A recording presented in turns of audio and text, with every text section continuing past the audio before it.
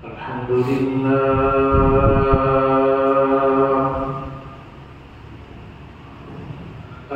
لله رب العالمين، والصلاة والسلام على سيد الأنبياء وأشرف المرسلين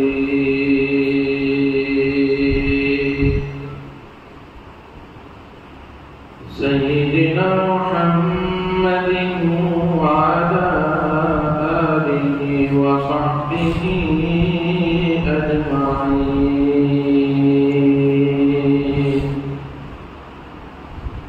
أما بعد، فأعوذ بالله من الشيطان الرجيم. بسم الله الرحمن الرحيم. يا أيها الذين آمنوا كتب عليكم الصيام كما كتب على الذين من قبلكم لعلكم تتقون. صدق الله مولانا العلي العظيم. وقال النبي صلى الله عليه وسلم فيما يروي عن ربه عز وجل: الصوم لي وأنا أجزي به، أو كما قال صلى الله تبارك وتعالى عليه وعلى آله وصحبه وبارك وسلم تسليما كثيرا كثيرا كثيرا. سبحانك لا علم لنا إلا ما علمتنا، إنك أنت العليم الحكيم. اللهم انفعنا بما علمتنا وعلمنا ما ينفعنا وزدنا علما. رب اشرح لي صدري ويسر لي أمري واحلل عقدة من لساني يفقهوا قولي. بزرگان محترم، نوجوانان مکرم، عزیز دوستو، حضرت سلمان فارسی رضی اللہ تعالی عنہ فرماتے ہیں کہ شعبان کی آخری تاریخ میں اللہ کے رسول علیہ السلام نے ہم کو خطبہ ارشاد فرمایا: خطبنا رسول اللہ صلی اللہ علیہ وسلم فی آخر یوم من شعبان. شعبان کی آخری تاریخ میں سرکار مدینہ صلی اللہ علیہ وسلم نے ہم سے خطاب فرمایا.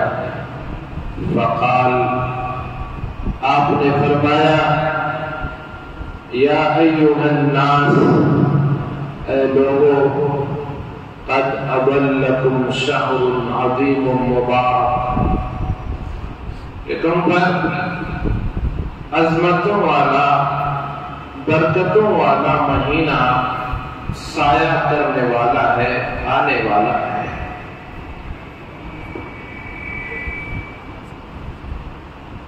آپ صلی اللہ علیہ وسلم نے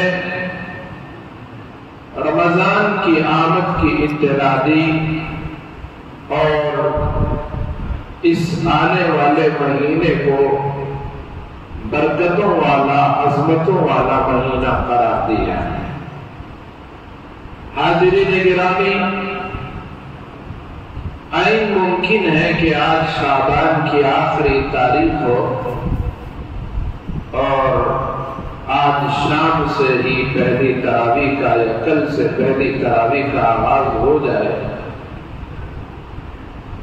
تو ہمارے لیے بڑی خوش نصیبی ہے، سعادت کی بات ہے کہ پروردگار عالم نے رمضان کی برکتوں سے، عظمتوں سے، رحمتوں سے، مغفرت سے اور رمضان کے تمام انعامات سے مالا مال کرنے کے لیے صحت و سلامتی کے ساتھ رکھا۔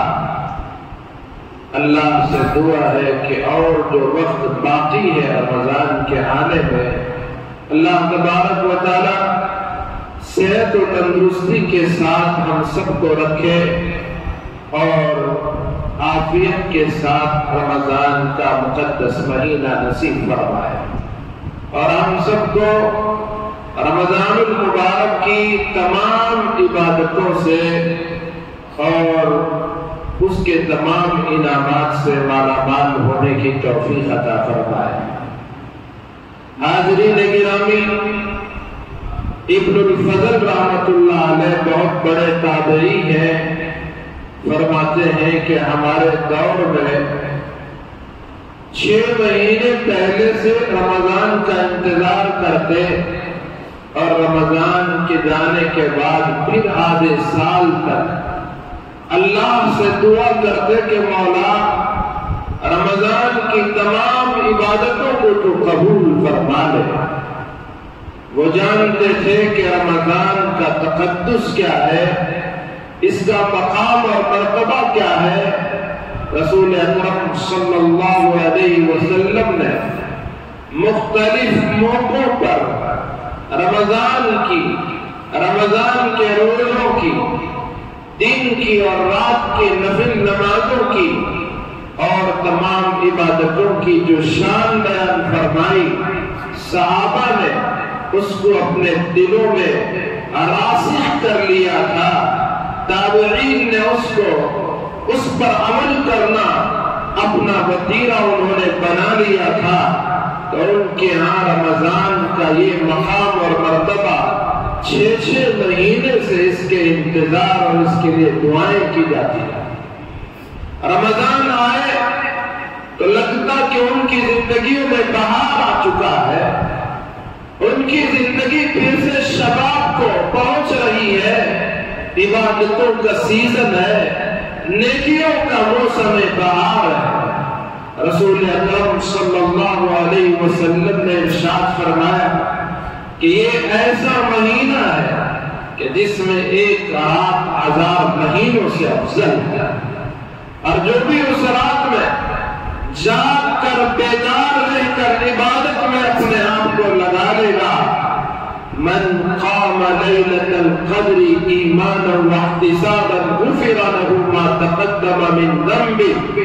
اللہ رب ذوالجلال ایمان و یقین کے ساتھ نیکی اور ثواب سمجھتے ہوئے جو رات شب قدر میں عبادت کرتا ہے، اللہ کو منانے کی کوشش کرتا ہے، تو اس کے لیے حضور نے خوشخبری سنائی کہ اس کے اگلے تمام گناہوں کی بخشش خداوند قدوس فرما دیتے ہیں۔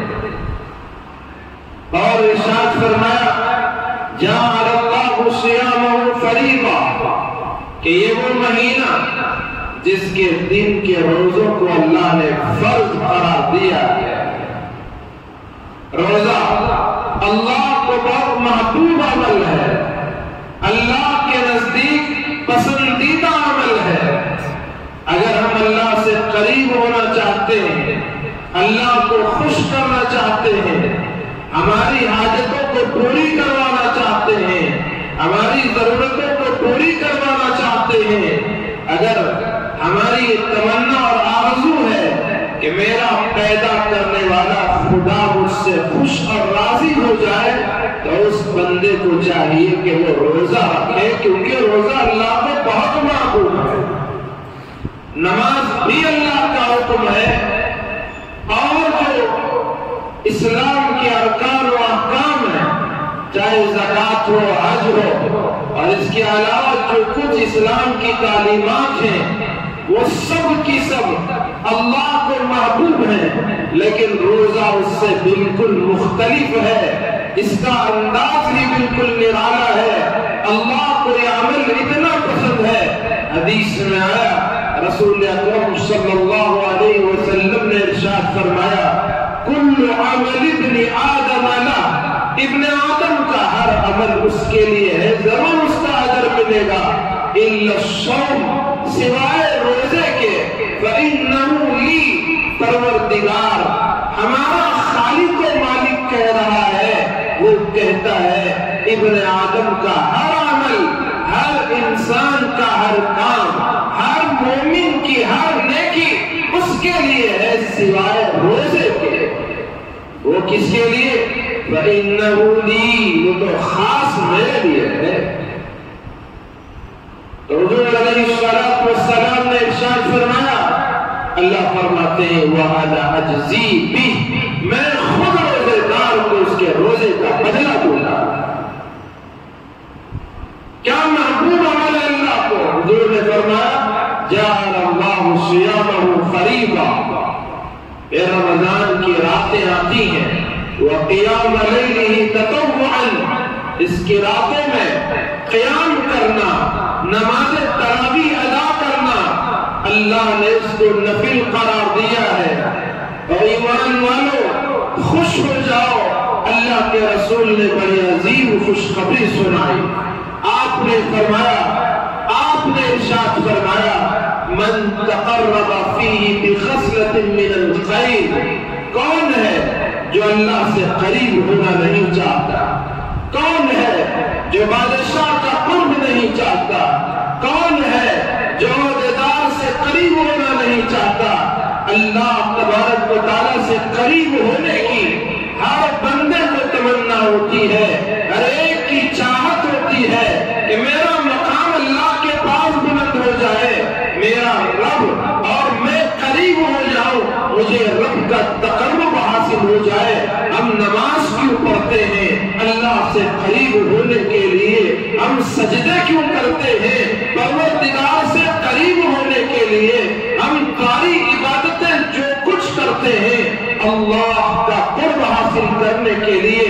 میرے آقا حضرت محمد کریم صلی اللہ علیہ وسلم نے ارشاد فرمایا من تقرب فیہ بخصلۃ من الخیر، جو اس ماہ مبارک میں کوئی بھی نیکی کر کے اللہ سے قریب ہونا چاہے، کوئی بھی بھلائی کر کے اللہ سے قریب ہونا چاہے، تو ایسے ہی ہے کان کمن ادا فریضۃ فیما سوا، چھوٹا سا نفل کام کیا، نفل نیکی کی، نفل نمازیں ادا کی، جو چیز اس پر واجب نہیں تھی، مثلا زکوٰۃ فرض ہے نہ کیا، بلکہ اس نے صدقہ نفل کیا، نفل صدقہ و خیرات کیا، کسی کے کام آ گیا، کسی بے سہارا کو سہارا دے دیا، کسی نابینا کا ہاتھ پکڑ کر راستہ پار کرا دیا، نفل نماز 2 رکعت ادا کی، 4 سجدے ادا کیے جو اس پر واجب اور ضروری نہیں تھے۔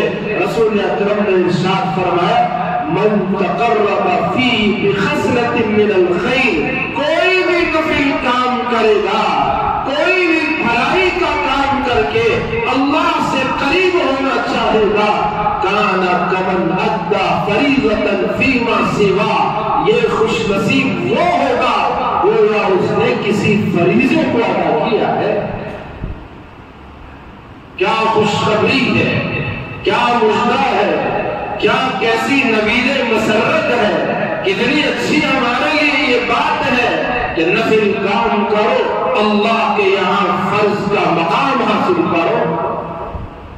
یہ باقی 11 مہینوں میں یہ بہار نہیں ملتی۔ اللہ تبارک و تعالیٰ رمضان المبارک میں بندوں کے اعمال کی قدر کو بڑھا دیتے ہیں۔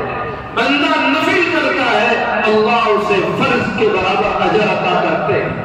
یہ ہمارے اعمال کی، میرے اور آپ کے پیدا کرنے والے رب کی طرف سے قدر ہے، تو ہم کو بھی چاہیے کہ رمضان کے مبارک مہینے کی قدر کریں، اللہ کے اس قدردانی کی قدر کریں اور پہچانے کہ ہمارا رب جب ہمارے چھوٹے کام کو بڑا کر رہا ہے، نفل کو فرض قرار دے رہا ہے، اور ہمارے اعمال کی چھوٹی چھوٹی نیکیوں کی حالانکہ توفیق تو وہ دیتا ہے، سب کچھ وہ کرتا ہے، پھر بھی چھوٹی چھوٹی نیکیوں کو اللہ اتنا بڑا کر کے اجر دے رہا ہے، تو ہم کو بھی چاہیے کہ رب کی اس قدردانی کی قدر کرے، خوب نوافل کا اہتمام کرے، ایسا نہیں کہ آخری وقت میں مسجد کو آئے، پچھلی صف میں کھڑے ہو گئے، نماز ادا کی اور فوراً وہیں سے باہر نکل گئے، فرضوں پر اکتفا کر لیا اور سمجھ لیا کہ ہمارا بیڑا پار ہو چکا ہے، ہم کامیاب ہو چکے ہیں۔ جی نہیں، جب میرا خدا، آپ کا خدا ہماری نیکیوں کو بڑھا رہا ہے، ہمارے اعمال کی قدر کر رہا ہے، تو ہم کو چاہیے کہ نفلوں کا زیادہ اہتمام کرے۔ آگے حضور نے ارشاد فرمایا جب نفل فرض کا درجہ رکھتی ہے اس ماہ مبارک میں تو فرض کا کیا مقام ہے؟ حضور علیہ الصلوۃ والسلام نے ارشاد فرمایا ومن ادى فریضۃ فیہ، جو اس ماہ مبارک میں فرض ادا کرتا ہے، کوئی بھی فرض ادا کرتا ہے، کان کمن ادى 70 فریضۃ فیما سوا، گویا اس نے غیر رمضان میں 70 مرتبہ ایک فرض کو ادا کرے تو جس مقام پر وہ پہنچتا ہے، میرا پروردگار اتنا بڑا محسن ہے، رمضان کی برکتیں ایسی ہیں، اس کی عظمت ایسی ہے کہ ایک فرض پڑھنے پر 70 فرضوں کے مقام تک اللہ بندے کو پہنچا دیتے ہیں۔ تو اس لیے ہماری تمنا یہ ہے کہ تمام فرائض ان کے اپنے اوقات اور ان کے تمام اصول و ضوابط کے ساتھ ادا کیے جائیں، تاکہ وہ مقام نصیب ہو جو اللہ کے رسول نے جس مقام کی خوشخبری مجھے اور آپ کو سنائی، ومن ادى فریضۃ فیہ کان کمن ادى 70 فریضۃ فیما سوا، اور بھی خوشخبریاں سنائی۔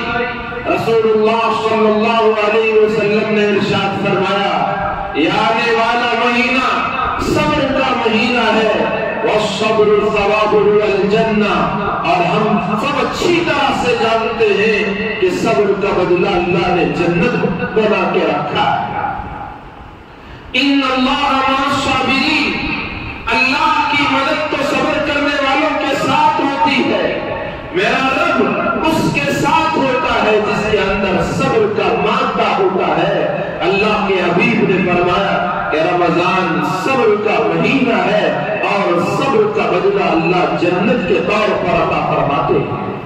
وشهر المواخات، اور یہ مہینہ بھائی چارے کا، شهر المواسات، یہ مہینہ غمخواری کا مہینہ ہے، دوسروں کے دکھ درد کو دیکھنے کا اور اس کو پہچاننے کا مہینہ ہے۔ بندہ مومن روزہ رکھتا ہے، بھوک کا اسے احساس ہوتا ہے، پیاس کا اسے احساس ہوتا ہے، اور اس کو خیال ہوتا ہے کہ جن کے ہاں کھانے کو کچھ نہیں ملتا، ان کے گھر کا، ان کے بڑوں کا، ان کے بوڑھوں کا، ان کے بچوں کا کیا حال ہوگا، ان پر کیا گزرتی ہوگی جن کے گھر میں بھوک کے لالے پڑے ہیں، فاقے پر ان کی زندگی گزر رہی ہے۔ رمضان میں غمخواری کا جذبہ بھی انسان کے اندر پیدا ہوتا ہے، اسے بھوکوں کی فکر ہوتی ہے، اسے ننگوں کا خیال ہوتا ہے، اسے بے گھروں کی فکر دامنگیر ہوتی ہے۔ رمضان تو غمخواری کرنے کا مہینہ ہے، غریبوں کے کام آنے کا مہینہ ہے، یتیموں کے کام آنے کا مہینہ ہے، یتیموں کے سر پر ہاتھ پھیرنے کا مہینہ ہے، بیواؤں کے سہارا بننے کا مہینہ ہے، لوگوں کے کام آنے کا مہینہ ہے، لوگوں کے دکھ درد کو بانٹنے کا مہینہ ہے۔ شہر المواسات، جب اللہ تبارک و تعالی اپنے بندوں کو دیکھے گا کہ میرے بندے دوسرے بندوں کی مدد کر رہے ہیں، ایک دوسرے کا ساتھ دے رہے ہیں، میری بندیوں پر رحم کر رہے ہیں، آپ ہی بتائیں میرے رب کی رحمت کو کتنا جوش آئے گا۔ اللہ تبارک و تعالی اپنے بندے پر رحمت کی بارش کر دے گا اور ان کے ساتھ زیادہ رحمت کا معاملہ کرے گا جو بندوں پر مہربانی کا معاملہ کرتے ہیں۔ اسی لیے اللہ تبارک و تعالیٰ کے حبیب علیہ الصلوۃ والسلام نے ارشاد فرمایا جو لوگوں پر رحم نہیں کرتا اللہ بھی اس پر رحمت کی بارش نہیں فرماتے۔ اس کا مطلب یہ ہوا جو لوگوں کے ساتھ مہربانی کا، رحمت کا اور نرم دلی کا، ان کے دکھ درد کو باندھنے کا کام کرتا ہے، اللہ بندوں پر کر دیتے ہیں۔ تو اس لیے آنے والا مہینہ غمخواری کا، دوسروں کے کام آنے کا، دوسروں کی مدد کرنے کا، ایک دوسرے کا ہاتھ بٹانے کا مہینہ آنے والا ہے۔ یہ مہینہ ہم کو اللہ کے بندوں کی تکلیف کا احساس دلاتا ہے۔ اے اللہ کے بندے، تو آرام سے ہے، بڑے سکھ سے ہے، لیکن دنیا میں کچھ ایسے بھی بندے ہیں جن کو آرام میسر نہیں، جو دکھ سکھ میں نہیں بلکہ وہ تو ہمیشہ پریشانی میں، وہ سکھ میں زندگی گزار رہے ہیں، وہ دکھ میں زندگی گزار رہے ہیں۔ تمہاری خوشیاں ان کو بھی تھوڑا بانٹ دو، تمہارے کپڑے ان میں بھی تھوڑا تقسیم کر دو، تمہارا اناج ان کو بھی تھوڑا دے دو، تمہارے پیدا کرنے والے کو تم پر پیار آ جائے گا، اس کو تم پر شفقت آ جائے گی، وہ تم سے بڑی محبت کرے گا۔ اور خدا تو 70 ماؤں سے زیادہ بندوں سے محبت کرتا ہے، پیار کرتا ہے۔ جب اللہ یہ دیکھتا ہے کہ میرا فلاں بندہ دوسرے بندوں کے کام آ رہا ہے، آپ بھی اپنے دل پر ہاتھ رکھے کہیں پیدا کرنے والے خدا کی رحمت کو کتنا جوش آئے گا، وہ ہم بندوں پر اللہ کو کتنا پیار آئے گا۔ اللہ کی عزت و بزرگی کی قسم، میں اور آپ اس کا اندازہ بھی نہیں لگا سکتے۔ بشار المواسات، اور یہ ایسا مبارک مہینہ، پہلا حصہ آتا ہے اللہ کی رحمت کو جوش آتا ہے، اولہ رحمہ، اس کا پہلا حصہ رحمت کا ہے۔ اللہ کی رحمت 4 سو برستی ہے، ہر جگہ برستی ہے۔ اللہ تبارک و تعالیٰ اپنی رحمت کی چادر کو تان دیتے ہیں کہ میرے بندو آ جاؤ، میری رحمت کی بارش کے قطرے سمیٹ لو، جتنا تم سمیٹ سکتے ہو۔ وہ پہلے پورے 10 دن، پورا عشرہ رمضان مبارک کا یہ پہلا حصہ رحمت ہی رحمت کا ہے۔ اور میرے بندو اور میری بندیوں، آؤ میری رحمت کو سمیٹ لو، میں عظیم رحمتوں والا ہوں، میری رحمتوں کی انتہا نہیں۔ رحمتی وسعت کل شیء، میری رحمت ہر چیز پر غالب ہے۔ اس لیے میرے بندوں میری بندیوں، آ جاؤ، میں نے تمہارے لیے یہ مہینہ دیا ہے، ذرا میری جنت کو دیکھو۔ پہلا دن آیا، پہلی رات آئی، شعبان کا آخری دن ختم ہوا، ادھر سورج ڈوبتا ہے، ادھر چاند نظر آتا ہے۔ میں جنت کو حکم دیتا ہوں کہ اے میری جنت، استعدی وتزینی لعبادی، دیکھ دنیا میں میرے بندوں میں باہر آنے والا ہے۔ میرے بندوں کے لیے تم سنور جا، مزین ہو جا۔ اللہ تو کن فیکون کا مالک ہے، وہ کسی چیز کو کہتا ہے ہو جا، اور لمحوں میں ہو جاتی ہے۔ اللہ جنت کو حکم دیتے ہیں، اے جنت سنور جا، تیار ہو جا۔ کس کے لیے؟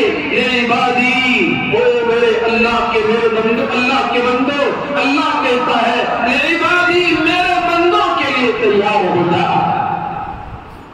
اللہ رمضان میں ہمیں کچھ دے نہ دے، لیکن اس کا ایک جملہ کافی ہے، وہ مجھے اور آپ کو میرے بندے کہہ رہا ہے، میرے اپنے کہہ رہا ہے۔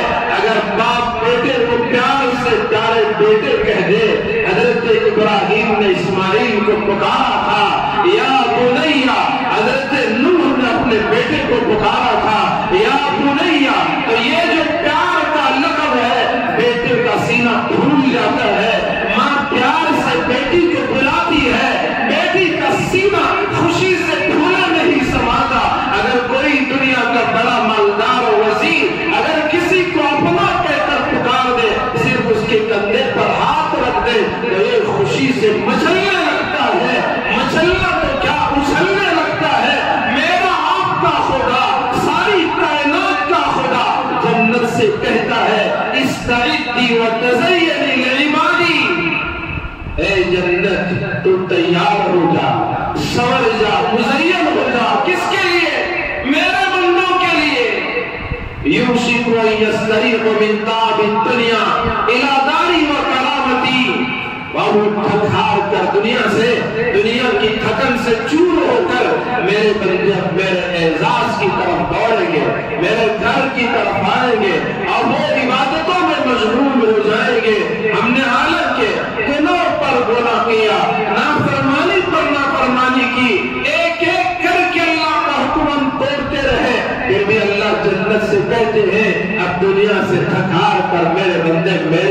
العزت اور میری کرامت کو گزریں اور میرے گھر کی طرف آئیں گے، اس لیے تو ان کے لیے سمجھ جا تیار ہو جا۔ جنت دلہن کی طرح تیار ہوتی ہے، عرش کے نیچے سے ایک ہوا چلتی ہے، وہ ہوا جب نکلتی ہے چلتی ہے تو جنت کے جو دروازوں پر تنبور لگے ہوئے ہوتے ہیں، اس ہوا جب ان سے ٹکراتی ہے تو خوبصورت آواز کی ایک آواز اور صدا بلند ہوتی ہے، اور اتنا خوبصورت وہ نغمہ اور گانا، اور اس کی وجہ سے جو آواز آتی ہے اس کی خوبصورتی کو سن کر حور اپنے بالا خانوں میں نہیں رہ پائے گی، وہ مجبور ہو کر خوشی خوشی باہر نکل جائے گی، دیکھنا چاہے گی کہ یہ آواز کہاں سے آ رہی ہے، یہ کون اتنی آواز اچھی لگا رہا ہے، یہ کہاں سے اتنے بہترین گانے کی نغمے کی آواز آ رہی ہے، تو اسے دیکھنے کے لیے باہر آ جائیں گے، اور جنت کے تمام ہر جگہ وہ نظر ڈالیں گے، کیا خوبصورتی ہے جنت تو پہلے سے خوبصورت۔ رسول اللہ نے ارشاد فرمایا جنت میں وہ نعمتیں مالا عین رات، کسی کی آنکھ نے نہیں دیکھا ہوگا، کسی کے کان میں اس کے بارے میں نہیں سنا ہوگا، اور کسی کے وہم و گمان میں اس کا تصور بھی نہ آیا ہوگا۔ اتنی بہترین جنت تو ہے ہی، اس کی خوبصورتی اور بڑھ چکی ہوگی، تو میری حور کہے گی اے رب ذوالجلال، آخر یہ کیا ہو چکا ہے جنت کو، جنت میں یہ کیا ہو رہا ہے، یہ خوبصورتی کیوں ہے، یہ آواز اور یہ صدا، یہ نغمہ کہاں سے بج رہا ہے، کیا اس کی وجہ ہے؟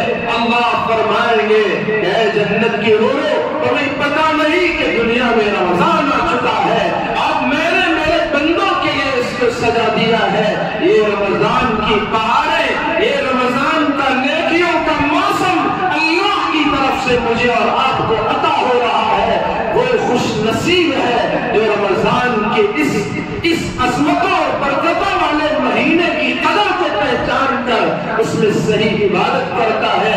لیکن افسوس یہ ہے ہم نے رمضان کو تو کھانے پینے کا مہینہ سمجھ لیا ہے، ہم نے رمضان المبارک کو نئے کپڑے پہننے کا سلانے کا مہینہ سمجھ لیا ہے، ہم نے اس ماہ مقدس کو کاروبار کا مہینہ سمجھ لیا ہے، ہم نے اس کو بزنس کا مہینہ سمجھ لیا ہے، ہر کوئی مصروف ہے کمانے میں جمانے میں، اور اللہ کے بندے یہ نیکیوں کا سیزن پھر آپ کی زندگی کی بہاروں میں دوبارہ بہار بن کر آئے گا، یا ہماری زندگی کی بہاریں ختم ہو کر خزاں ہم کو لے جائے گی، موت کے منہ میں ہم چلے جائیں گے، کچھ پتا نہیں۔ اس لیے رمضان کے مقدس مہینے کے ایک ایک دن کی، ایک ایک رات کی، ایک ایک لمحے کی قدر کرنا سیکھیں۔ اللہ کی قسم اللہ ہماری قدر بندہ فرش پر رب کو یاد کرے گا،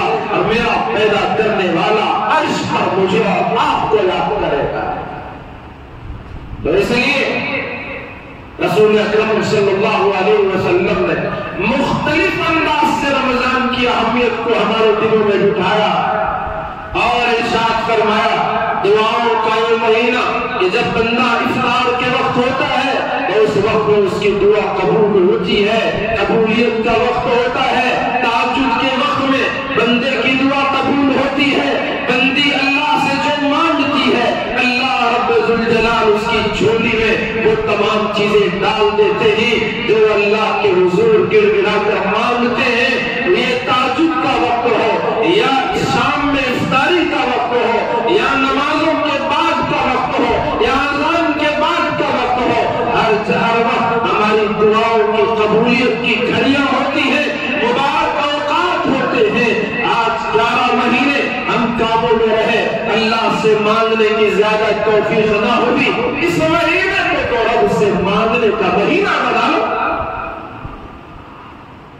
ہر وقت دعا میں رہو، مسجد میں پہلے نماز کو آ جاؤ اور اس کے حضور اپنی جھولی پھیلا دو، ہاتھ پسار دو، اس سے اپنی ضرورتیں مناؤ، اس سے کہو کہ مولا تیرا بندہ ذلیل ہے، عزتوں میں سے نواز دے، کون ہے پھر آپ کو عزتوں سے دور کرنے والا، اس سے کہو مولا تنگست ہو تنگستی دور کر دے، وسعت عطا کر دے، مولا پریشان ہو راحت عطا کر دے، مولا بیمار ہو صحت عطا کر دے، مولا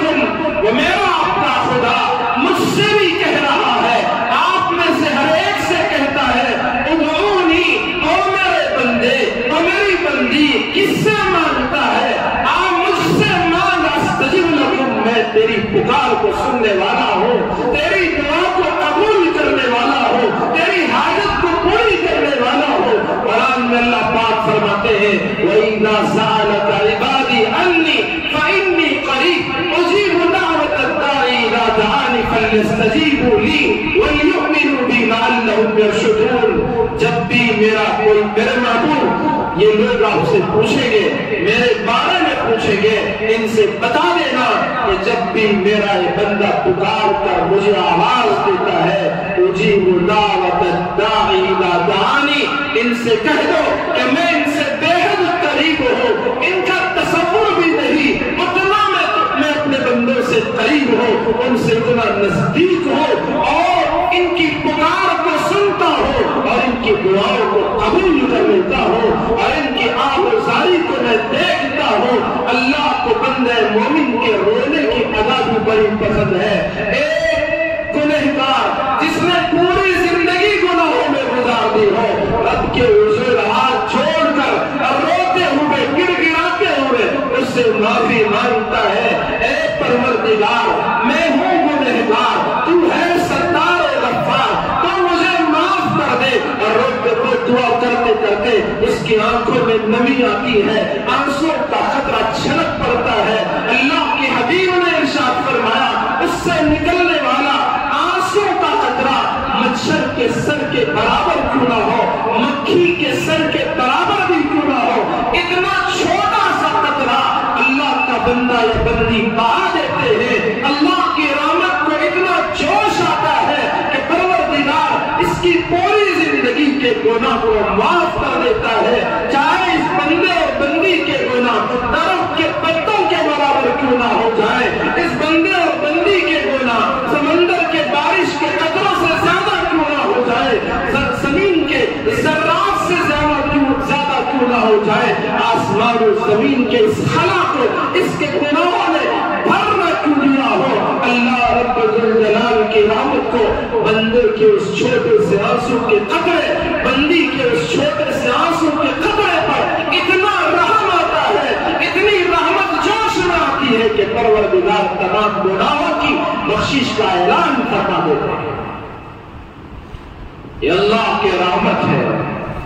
دوسرا حصہ حضور نے فرمایا کہ مغفرت کا ہر دن اللہ پاک بندوں اور بندیوں کو معاف کرتے ہیں، مغفرت کا اعلان فرماتے ہیں۔ اور تیسرا حصہ اس کا جہنم سے خلاصی کا، اللہ تبارک و تعالیٰ تمام بندوں اور بندیوں کے جہنم سے آزاد ہونے کا اعلان فرماتے ہیں۔ اولہ الرحمہ واوسطہ المغفرہ وآخرہ رزق من النار۔ اور کچھ لوگوں کو دوسروں کو کھلانا بہت پسند ہوتا ہے۔ حضور نے ارشاد فرمایا من فطر فیہ صائما، جو اس ماہ مبارک میں کسی روزے دار کا روزہ افطار کرا دیتا ہے، اس کے افطار کا انتظام کر دیتا ہے، اللہ رب ذوالجلال کو اس بندے کی ادا اتنی پسند آتی ہے کہ اس کی برکت سے اللہ تبارک و تعالیٰ اس افطار کرانے والے کے تمام گناہوں کو معاف فرما دیتے ہیں، اور اس کے بدلے اللہ پاک اس کو جہنم سے آزاد کر دیتے ہیں۔ اور حضور نے فرمایا روزے دار کو اللہ جتنا اجر روزے پر دیتا ہے، کتنا اجر، فرشتوں کے ذریعے نہیں، خود خدا روزے دار کا اجر دیتا ہے، کہ کتنا اجر ہوگا، دینے والا خدا ہو تو اس کا دینے کا انداز کتنا ہوگا۔ میرے پاس اگر کوئی مانگنے والا ہے 5-10 روپے دے دوں گا، آپ کے پاس آئے 5-10 روپے دے دیں گے، اور امیر آدمی ہو 50-100 روپے دے دے گا، اور مالدار ہو 500 کی نوٹ تھمائے گا، اور صاحب وسعت ہو 1000 2000 10,000 دے دے گا، اور اللہ تبارک و تعالیٰ دینے پر آئے تو دینے والا ہے، تو اس کے دینے کا انداز کیا ہوگا، میں اور آپ اس کا اندازہ نہیں لگا سکتے۔ ہارون رشید رحمت اللہ علیہ ایک مرتبہ کہیں گزر رہے تھے، راستے کے کنارے ایک بڑے میاں کو دیکھا کہ یہ بوڑھا درخت لگا رہا تھا. اس سے پوچھا کہ آپ تو یہ کیا کام کر رہے ہو؟ اس بوڑھے نے، اس بزرگ نے جواب دیا کہ بادشاہ میں آم کا درخت لگا رہا ہوں. اب ظاہر سی بات ہے آم کا درخت کبھی لگائے تو یہ دوسرے تیسرے دن یا مہینے 2 مہینے میں تو کوئی آم نہیں کھائے گا. اب پہلے سے یہ عمر رسیدہ شخص ہے، بوڑھا آدمی ہے. اب یہ بوڑھا آدمی کیسے اس درخت سے پھل کھا سکے گا؟ آم نہیں کھا سکے گا. بادشاہ نے پوچھا کیا بڑے میاں آپ تو درخت لگا رہے ہو لیکن آپ کو کیا یقین ہے کہ آپ اس کا پھل کھائیں گے؟ بڑی چالاکی کے ساتھ جواب دیتے. زندگی کا بڑا تجربہ ہوتا ہے، کس سے کیسی بات کی جائے ان کو اس کا ہنر ہوتا ہے. تو انہوں نے اس بادشاہ سے، ہارون رشید سے کہا کہ بادشاہ جہاں بنا میں تو نہیں کھاؤں گا، ہمارے بزرگوں نے درخت لگائے، ہم نے اس کا پھل کھایا، اب میں لگاؤں گا، بعد والے اس کا پھل کھائیں گے. کیا سوچ ہے! ایسی سوچ کو سلام و مبارک ہو. ہم کوئی کام کرے ہر کام میں خود کا نفع نہ دیکھیں، دوسروں کے لیے بھی تو کچھ کرے. اللہ نے میرے اور آپ کی تعریف قرآن میں کی ہے. اور اللہ فرماتے ہیں کنتم خیر امت اخرجت للناس، تم بہترین امت ہو. ہماری تعریف کر رہا ہے. اور آگے اللہ نے جو جملہ بیان کیا اخرجت للناس، تم لوگوں کو نفع پہنچانے کے لیے بنائی گئی ہو، تم کو لوگوں کو فائدہ پہنچانے کے لیے پیدا کیا گیا ہے. تو فائدہ، ہر چیز کا فائدہ پہنچانا اس امت کی خیر خوبی اور بھلائی ہے، اس امت کی نیکی کا بہت بڑا حصہ ہے. اللہ پاک نے ان تمام نیکیوں میں سب سے بڑی نیکی، تمام فائدوں میں سب سے بڑا فائدہ، تمام نفع کی چیزوں میں سب سے بڑا نفع اللہ نے بیان کیا تأمرون بالمعروف وتنہون عن المنکر وتؤمنون باللہ. وہ یہ کہ اللہ پر ایمان کے ساتھ ساتھ نیکیوں کا حکم کرنا اور برائیوں سے روکنا، یہ تمام نفع کی چیزوں میں سب سے زیادہ نفع والی چیز ہے. یہ کام تم کرتے ہو اور سارے نفع پہنچانا، فائدہ اور بھلائی کا کام کرنا اس امت کی شان ہے. تو اس بڑے میاں نے کہا بادشاہ جہاں بنا، ہمارے بڑوں نے درخت لگایا، اس کے پھل ہم نے کھائے، اب ہم لگا رہے ہیں، آنے والی نسلیں اس سے فائدہ اٹھائے. بادشاہ کو اس کا جواب بہت پسند، بہت خوش ہوا. خوشی سے اس نے وزیر سے کہا کہ اس بوڑھے کو 1000 اشرفیاں دے دی جائے، سننے کے سونے کے سکے، گولڈ کوئن 1000 ایک وقت میں اس کو دے دیے جائے. وہ بوڑھا بہت خوش ہوا. اس نے پھر کہا بادشاہ جہاں بنا، یہ تو عجیب بات ہوگی، دوسروں نے درخت لگائے، پھل انہوں نے نہیں کھایا، بعد والوں کو ملے، لیکن میں ایسا خوش نصیب ہوں، میں نے درخت لگایا اور پھل مجھے ابھی مل گیا، ابھی 1000 اشرفیاں مل گئے. بادشاہ یہ جواب سن کر اور بھی خوش ہوا. تو اس نے وزیر سے کہا کہ اس کو اور 1000 اشرفی ایکسٹرا دے دیے جائے. وزیر کیا کرتا، بادشاہ کا حکم پورا کیے بغیر چاہ رہے، 1000 سکے اور لیے، گولڈ کوئن اور 1000 لیے، اور اس بوڑھے کو اس نے دے دیے. تو اس بوڑھے نے پھر سے کہا بادشاہ جہاں بنا، لوگ درخت لگاتے ہیں اور اس میں پھل آتے ہیں، سال میں 1 مرتبہ پھل آتے ہیں. میں نے درخت لگایا، سال میں 1 نہیں 2 مرتبہ مجھے پھل مل چکا ہے. بادشاہ اور خوش ہوا. خوش ہو کر بادشاہ نے وزیر کو حکم دیا کہ اسے اور مزید 1000 اشرفیاں اس کو دے دیے جائیں.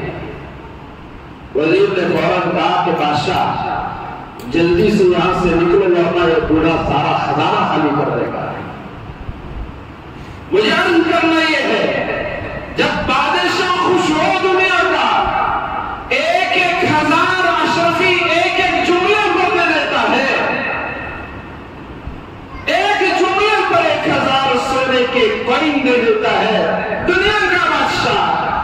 مفتی بادشاہ، یہ تو سارا جہاں خدا کا ہے۔ قل اللہم مالک الملک تؤتی الملک من تشاء وتنزع الملک ممن تشاء وتعز من تشاء وتذل من تشاء۔ مالک تو خدا ہے، جسے چاہتا ہے ملک دیتا ہے اور جب چاہتا ہے اس سے چھین لیتا ہے، دوسروں کو دے دیتا ہے، جیتے جی چھین لیتا ہے یا اسے موت دے کر دوسروں کے حوالے کر دیتا ہے۔ دنیا میں وقتی طور پر کسی کو بادشاہت ملتی ہے اور پھر چند دنوں کا وہ مہمان ہوتا ہے، اس کی بادشاہت ختم ہو جاتی ہے۔ اللہ تو مالک الملک ہے، دو جہاں کا وہ بادشاہ ہے، سارے جہانوں کو اس نے پیدا کیا ہے، یہ ستارے اس کی ملکیت ہے، یہ چاند اس کا ہے، یہ سورج اس نے پیدا کیا ہے، یہ زمین اس نے پیدا کیا ہے، اور یہ کہکشاں، یہ سیارے، یہ ساری گیلیکسیز اس کی بنائی ہوئی ہے۔ وہ ذرے ذرے کا مالک ہے، وہ پتے پتے کا مالک ہے، پتا اس کی اجازت کے بغیر درخت سے الگ نہیں ہو سکتا، ہوا اس کی اجازت کے بغیر چل نہیں سکتی، بارش اس کے حکم کے بغیر برس نہیں سکتا، سورج اس کی اجازت کے بغیر طلوع نہیں ہو سکتا۔ یہ چاند کی چاندنی سے پوچھو کہ تجھے کتنی میں چمک کس نے دی ہے، اس سورج کی روشنی سے پوچھو کہ یہ روشنی تجھے کس نے عطا کی ہے، اس ہوا کی روانی سے پوچھو کہ یہ تجھے روانی کس نے دی ہے، سمندر کے موجوں کی طغیانی سے پوچھو کہ تجھے یہ طغیانی کس نے دی ہے، سب کہیں گے وہ ایک ہی ہے، سارے جہاں کا بنانے والا، بنایا ہی نہیں بلکہ چلانے والا، وہ ایک اکیلا خدا ہے۔ وہ تمہارا بھی رب ہے، ہمارا بھی رب ہے، تمہارا بھی خالق ہے، ہمارا بھی خالق ہے، تمہارا بھی مالک ہے، ہمارا بھی مالک ہے۔ وہ جب دینے پر آتا ہے تو خدا کی قسم اس کے دینے کا اندازہ نہ میں کر سکتا ہوں، نہ آپ کر سکتے ہیں، اور نہ کوئی دنیا کا انسان کر سکتا ہے۔ دنیا کا بادشاہ دینے پر آئے، ایک ایک جملے پر ہزاروں لوٹا دے، تو خدا جب دینے پر آئے تو کتنا دیتا ہے اس کا اندازہ میں اور آپ نہیں کر سکتے۔ اللہ کے حبیب نے حدیث قدسی میں ارشاد فرمایا، کل عمل ابن آدم علی، ابن آدم کا ہر عمل، ہر نیکی اس کے لیے ہے، فرشتے متعین ہے اس کو ثواب دیں گے، الا الصوم، سوائے روزے کے، میرا خدا کہتا ہے فإنہ لی، بندے مومن، بندی مومنہ روزہ تو میرے لیے رکھتے ہیں، یہ خاص عمل میرے لیے ہے، وأنا أجزي به، اور میں اس کو اس کا بدلہ اپنی طرف سے عطا کروں گا، اپنے ہاتھوں سے دوں گا۔ اللہ تبارک و تعالیٰ نے روزے دار کے روزے کا بدلہ دینے کے لیے جہاں جنت کے دروازے بنائے، اس میں سے خاص دروازہ روزے داروں کے لیے اللہ پاک نے بنایا۔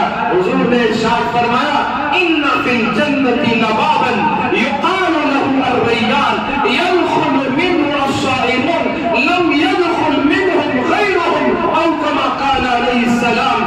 رسول اللہ نے ارشاد فرمایا، جنت میں بے شک ایک خاص دروازہ ہے، اس دروازے کا نام ریان ہے، ریان کے معنی سیلاب کر دینے والا۔ اس دروازے سے کون داخل ہوں گے؟ حضور نے فرمایا کہ اس دروازے کو اللہ نے روزے داروں کے لیے خاص کیا ہے۔ جو بندے دنیا میں روزہ نہیں رکھتے اس دروازے کے قریب بھی نہیں پہنچ سکتے، الٹا ان کو جہنم میں گرفتار ہونا پڑے گا، جہنم کے عذابوں کو جھیلنا پڑے گا۔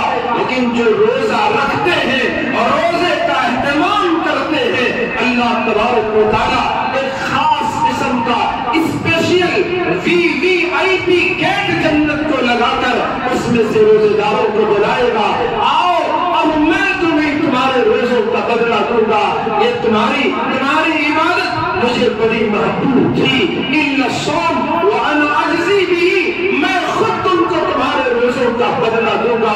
اللہ کی قسم، میرے رب کی قسم، یہ کتنا خوبصورت لمحہ ہوگا جب روزے داروں کو ان کے روزوں کا بدلہ خالق کائنات اپنے ہاتھوں سے دے گا اور ان کو نوازے گا، اور جب رب دے گا تو کتنا دے گا اور کیا انداز سے دے گا۔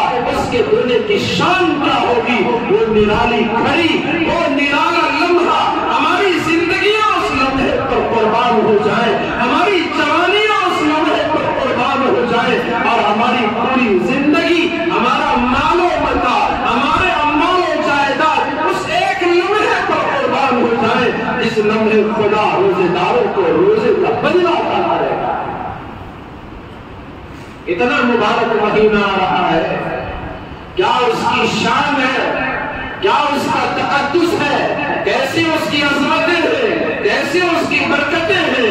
حاکم الحاکمین رسول اللہ صلی اللہ علیہ وسلم نے ارشاد یہ فرمایا کہ جو روزے دار کے روزے کا افطار کرا دیتا ہے، اللہ تبارک و تعالیٰ اس کی برکت سے اس کے گناہوں کو، افطار کرانے والے کے گناہوں کو معاف کر دیتا ہے، اور اس کو جہنم سے آزادی کا پروانہ دے دیتا ہے۔ ایک روزے دار کے روزے کا افطار کرانے پر یہ اجر مل رہا ہے، اور حضور نے فرمایا کہ اجر اس کو دینے میں اللہ جتنا اس روزے دار کو بدلہ دے گا، اتنا ہی بدلہ، اتنا ہی اجر روزہ افطار کرانے والے کو دے دے گا۔ کیا مبارک ہے وہ لوگ جو روزہ افطار کرانے کا اہتمام کرتے ہیں، غریب جن کے گھر میں سحری افطار کو پریشانی ہے، ایسے لوگوں کے کھانے پینے کا انتظام کرتے ہیں، روزہ افطار کرانے میں فخر محسوس کرتے ہیں۔ ایک دوسری روایت میں حضرت سلمان رضی اللہ عنہ سے ہی مروی ہے کہ حضرت سلمان نے حضور سے پوچھا، یا رسول اللہ، ہم میں سے ہر کسی کو اتنی طاقت نہیں ہے کہ ہم روزے داروں کا روزہ افطار کرا سکیں۔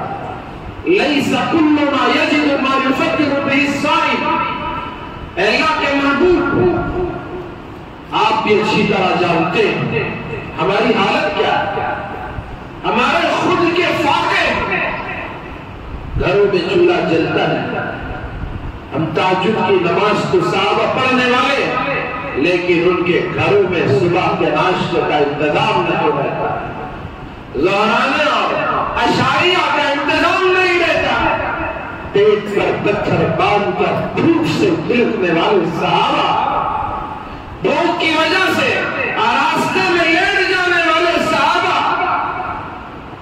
انہوں نے عرض کیا، یا رسول اللہ، ہم میں سے ہر کوئی اتنا طاقتور اور مالدار نہیں کہ ہم روزے دار کا روزہ افطار کرا سکیں، ہم اس کو پیٹ بھر کر کھلا سکیں اور بان جائیں رسول اللہ صلی اللہ علیہ وسلم پر۔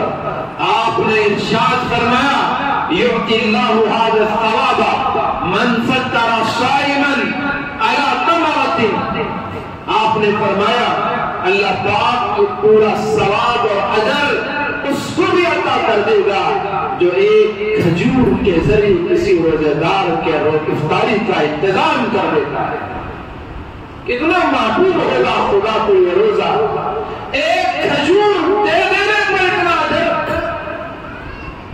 ایک دودھ کا پھول، ایک پانی کا پیالہ، حضور نے فرمایا اتنا بھی اگر کر دیتا ہے، دودھ پر روزہ افطار کرا دیتا ہے، اگر وہ بھی میسر نہیں، پانی کو فری ملنے والی چیز ہے، اس سے بھی اگر کسی روزے دار کا افطار کرا دیتا ہے تو اللہ کو روزہ اتنا محبوب ہے کہ اس پر اللہ تبارک و تعالی روزے دار کے جتنا اجر و ثواب ہوتا ہے اتنا افطار کرانے والے کو بھی عطا فرما دیتا ہے۔ لیکن دوسری روایت میں حضرت سلمان نے ہی، ان کی روایت ہے، رسول اللہ صلی اللہ علیہ وسلم نے ارشاد فرمایا کہ جو کوئی حلال کمائی سے روزے دار کا افطار کرائے، من کسب حلال، حرام کے کاروباریوں، سودی لین دین کرنے والوں، مٹکا کھلا کر مسجدوں میں گنجی کا انتظام کرنے والوں، رشوت لے کر روزے داروں کا روزہ خراب کرنے والوں، اجر تو نہیں ملے گا، بلکہ روزے دار کے روزے کا کیا ہوگا وہ خدا ہی بہتر ہے۔ آج ماحول کتنا گندا ہو چکا ہے، کتنے ہمیں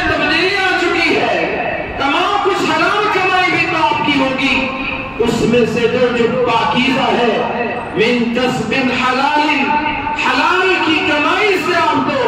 آپ بڑی دیر مت چلو، آپ ایک کھجور دے دو، حلال کمائی سے آپ کو اللہ پاک اجر عطا کر دے گا. اگر اتنے بھی حلال کے پیسے نہیں ہیں تو پھر پانی اس کا انتظام کر دو.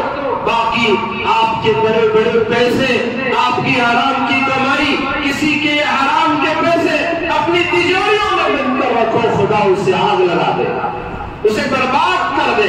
اور ہے ہی وہ برباد کرنے کا. اگر نہیں تو وہ آگ جو ہم کھاتے، کھانا جو ہم حرام کا کھاتے ہیں، وہ تو آگ ہے جو اپنے پیٹوں میں آگ بند ہے. مومن بھر رہا ہے، وہ سمجھتا ہے کہ یہ مرغوب غذا ہے، یہ بہترین ڈش ہے، یہ ایسا ہے ویسا ہے. نہیں میرے بھائیوں، اللہ کی نظر میں وہ جہنم کی آگ ہے جو ہم اپنے پیٹوں میں بھر رہے ہیں. جہنم کا لباس ہے جو اپنے ہم پہن رہے ہیں، وہ سواریاں جہنم کی آگ کی سواریاں ہیں. کل خدا کے سامنے سب کا حساب دودھ کا دودھ، پانی کا پانی ہو جائے گا. اللہ تبارک و تعالیٰ کے سامنے اپنی نگاہوں سے دیکھ لیں گے حرام کمانے والے اور ان کی کمائی کا کیا اثر ہوا کرتا تھا. وہ کھانا کھاتے یا اپنے پیٹوں کو آگ سے بھرا کرتے، وہ کل پہچان جائے گا. تھوڑا ہی صحیح حلال کماؤ، محنت سے کماؤ، سچ بول کر کماؤ، جھوٹ بول کر کمانے کا فائدہ کیا ہے؟ آدمی تو کھاتا اتنا ہے، اتنا کما کے کیا کریں گے؟ اس دنیا عذاب الموت، کھاتا کم ہے منگتا بہت ہے. یہ ہماری زندگی اور تباہی کے دہانے پر پہنچ چکی ہے. تو حضور نے ارشاد فرمایا، جو روزے دار کے روزے کا افطار اپنی حلال کمائی سے کرے گا، اس کو یہ اجر ملے گا، اس کو یہ ثواب ملے گا. تو اس لیے حلال اور پاکیزہ کمائی کی فکر کرو اور رمضان کے مہینے میں خوب خرچ کرو.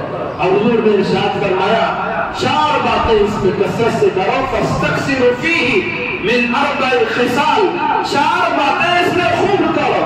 4 میں سے 2 تو ایسے ہیں جس سے تم اپنے رب کو راضی کرو گے، اور 4 باتیں رمضان میں وہ ایسی ہیں، وہ غیر رمضان میں بھی ہو، رمضان میں بھی ہو، اس سے تمہارا کوئی اس سے چھٹکارا نہیں، وہ تمہارا اس کے بغیر تمہارا گزارا نہیں. 2 باتیں جس سے اللہ کو راضی اور خوش کرو، وہ یہ کہ شہادت اللہ الہ الا اللہ، کثرت سے کلمہ شہادت پڑھو، اللہ کے ایک ہونے کی گواہی دو. اور دوسرا وتستغفرون، اور دوسرا یہ کہ تم استغفار کثرت سے پڑھو. تو یہ اللہ کو خوش کرنے والے اعمال ہیں. اور 2 باتیں حضور نے ارشاد فرمائی جن کے بغیر تمہارا کوئی چارہ نہیں، کوئی گزارا نہیں. وہ یہ کہ تسألون اللہ الجنہ، اللہ سے جنت کا سوال کرو، جنت مانگو. وتعوذون به من النار، اور اس سے جہنم، اللہ کی جہنم سے پناہ مانگو. تو اسی لیے آپ نے بارہا ائمہ سے دعاؤں میں سنا ہوگا، اشہد ان لا الہ الا اللہ، استغفر اللہ، اسألک الجنہ، اعوذ بک من النار.